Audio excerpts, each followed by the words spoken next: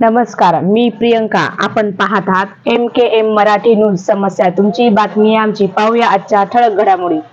अतिवृष्टीची आर्थिक मदत तातडीने जमा करा, राष्ट्रीय किसान मोर्चाने दिला इशारा. महागाव तालुक्यातील शेतकऱ्यांना मागील वर्षी झालेल्या अतिवृष्टीची नुकसान भरपाई अद्यापपर्यंत मिळाली नाही. ती आर्थिक मदत तातडीने जमा करण्यात यावी, याकरिता राष्ट्रीय किसान मोर्चाच्या वतीने महागाव तहसीलदार यांना असंख्य शेतकऱ्यांनी निवेदन दिले. सन 2024 ते 2025 या वर्षातील खरीप हंगामात अतिवृष्टी झाल्यामुळे शेती पिकाचे प्रचंड नुकसान झाले होते. शासन स्तरावर तातडीने पंचनामे करण्यात आले. त्यानंतर मदत ही जाहीर करण्यात आली, परंतु महागाव तालुक्यातील गुंज सर्कल व तालुक्यातील इतर शेतकऱ्याच्या खात्यामध्ये अद्यापपर्यंत अतिवृष्टीचा 1 रुपयाही जमा झालेला नाही. या वर्षीचा खरीप हंगाम सुरू झाला आहे, परंतु पावसाने दडी मारल्यामुळे शेतकऱ्यावर दुबार पेरणीचे संकट उभे टाकले आहे. दुहेरी संकटामध्ये अडकलेल्या शेतकऱ्यास आर्थिक मदतीची आवश्यकता आहे. यामुळे जाहीर झालेल्या अतिवृष्टीचे पैसे पुढील 2 दिवसांमध्ये शेतकऱ्याच्या खात्यात तातडीने जमा करावे. 11 जून रोजी झालेल्या चक्रीवादळामुळे केळी पिकाचे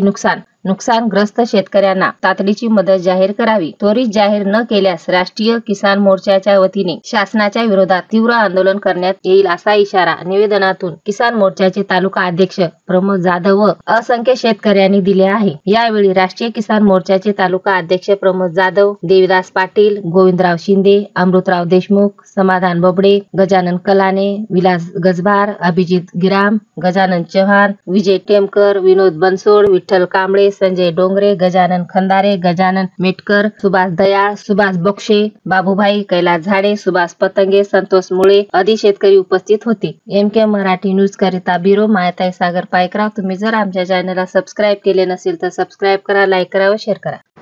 मी प्रमोद मुकुंदराव जाधव, राष्ट्रीय किसान मोर्चा तालुका अध्यक्ष. महागाव तालुक्यातील शेतकरी हा अतिशय मेटाकुळीस आलेला आहे.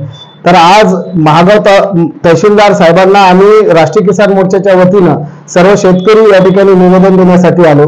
तर निवेदन एवढ्यासाठी होते की मागच्या वर्षी खरीप हंगामामध्ये अतिवृष्टी झाली, त्यानंतर पंचनामे झाले, मदतही जाहीर झाली, परंतु शेतकऱ्यांच्या खात्यामध्ये अद्यापही 1ही रुपया त्या ठिकाणी जमा झालेला नाही आहे.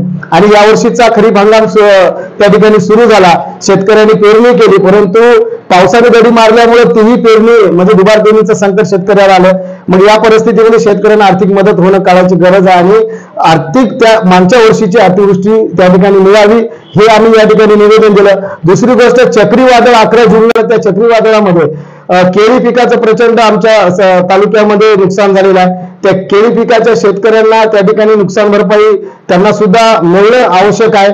या चक्रीवादळामध्ये वीज वितरणचे जे शेतातले जे पोल आहेत, इलेक्ट्रिक पोल एजीचे, ते एजीचे पोल पूर्णपणे उलमडून पडले आणि मागच्या जवळजवळ 1 महिन्यापासून आज रोजी शेतातली एजीची लाईन पूर्णपणे बंद आहे. वीज वितरण कंपनीचे कर्मचारी असतील किंवा त्यांचे जे कोण ठेकेदार लोक असतील ते आज काम करायला सक्षम नाहीत, काम करायला तयार नाहीत. त्यांनाही आम्ही वारंवार त्या ठिकाणी विनंती केली. हे सुद्धा आज आम्ही त्या निवेदनात नमूद केलेलं आहे. तिसरी विषय असा आहे की शेतकऱ्यांना MRGS मधून जे विहिरी दिलेल्या आहेत, तर त्या विहिरीचे शेतकऱ्यांना तर विहिरी दिल्या, परंतु त्यांच्या मस्टर आज पडत नाही, त्यांना पैसे मिळत नाहीत. शेतकऱ्यांनी कर्ज काढून त्या ठिकाणी विहीर खोदलेले आहेत, परंतु त्या MRGSचा 1ही रुपया शेतकऱ्यांच्या खात्यामध्ये, त्या मजुरांच्या खात्यामध्ये पडत नाही. अशी अत्यंत दयनीय अवस्था या महागाव तालुक्यामध्ये आहे. शेतकरी आज मेटाकुळीस आलेला आहे आणि सर्व या समस्याचं निराकरण करावं अशी आम्ही प्रशासनाला आणि विद्यमान आमदार किसनराव वानखेडे साहेबांना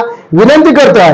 जर ह्या समस्या आमच्या जर येत्या 8-10 दिवसात जर नाही निकाली निघल्या तर राष्ट्रीय किसान मोर्चा महागाव तालुक्यामध्ये खूप मोठा असं आंदोलन त्या ठिकाणी उभं करणार आहे आणि असा त्या ठिकाणी आम्ही त्यांना निवेदनाद्वारे कळवलेलं आहे.